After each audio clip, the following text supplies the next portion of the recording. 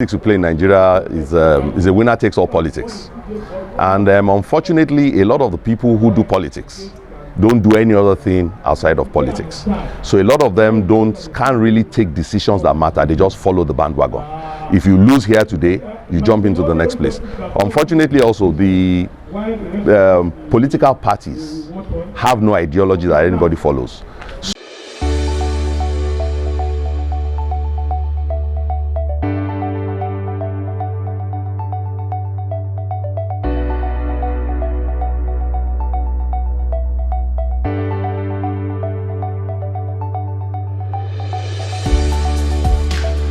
You are welcome to the platform. My name is Ibiwoye da Silva. I'm the anchor for this program. The next 30 minutes to 1 hour, I'll be taking you through our guests. The platform treats issues on economy, commerce, politics, religion, international relations and diplomacy, and all issues about human endeavor. With me on the program today is Otunba Ibiwoye. I'm a native of Ibiwoye, Kwara State. All right. We have a regime in power now. I learned you are trying to step out of politics, but yet once a politician is always a politician. How do you view the general environment of politics in Nigeria? Well, I think the first thing we even need to first of all establish, because right now the issue of the status and the legitimacy of this government is being contested. So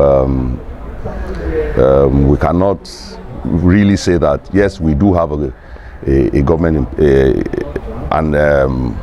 real government in place. But yes, there is a government in place, and I think politics aside, because politics is over, now it's time for governance. If you ask me, I think the president has started well, because you need somebody who can take tough decisions, and we need to take tough decisions to put Nigeria back on track. Of course, it's going to be very, very difficult. It's going to be very, very difficult times ahead, but then this is what needs to be done. And I think President Tinubu has started well, and we will continue to respond as things unfold, because the truth of the matter is that once the issue of legitimacy, whether he should be president, once that is sorted out, then of course the real direction of governance will go on. But what I would just say is that he has started well. There are going to be difficult times ahead. But then again, government must also be mindful of how the policies affect the masses, because these are really, really, really, really difficult times ahead. They've moved price of fuel twice. Prices have become almost unbearable, and it's affecting every facet of life. Now, what is government doing? Yes, you're putting palliatives in place, but it's not only financial palliative, because the 8,000 per family to 12,000 families doesn't touch anything. It doesn't even scratch anything. And so I would have thought that if the 500 billion was invested in infrastructure, things that would translate to cushion the effects, whether it's if you invest in buses, for instance, there's a certain amount of buses that will buy. If you put them on the road, you can actually subsidize it for people. The value of naira today is not really much. So if you're giving 8,000 per family, yes, it's additional income to them, but really what does it do in a month? Because only one person gets 8,000 in a family, so that really doesn't translate to anything. And I think an average Nigerian family spends more than 8,000 a day to feed.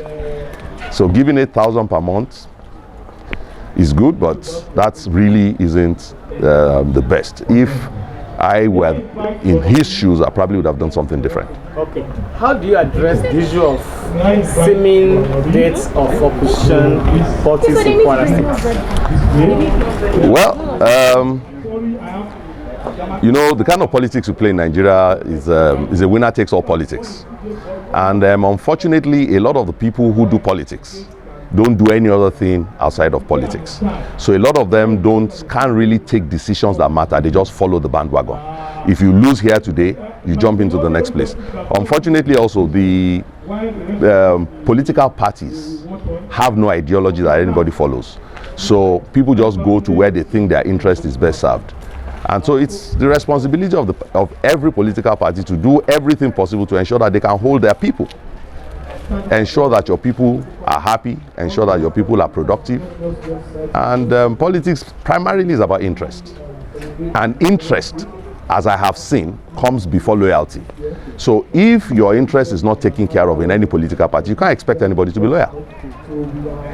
Okay, I know Ibiwoye sounds controversial in some environments. How do you see yourself as a personality? Well, okay, let me put it this way.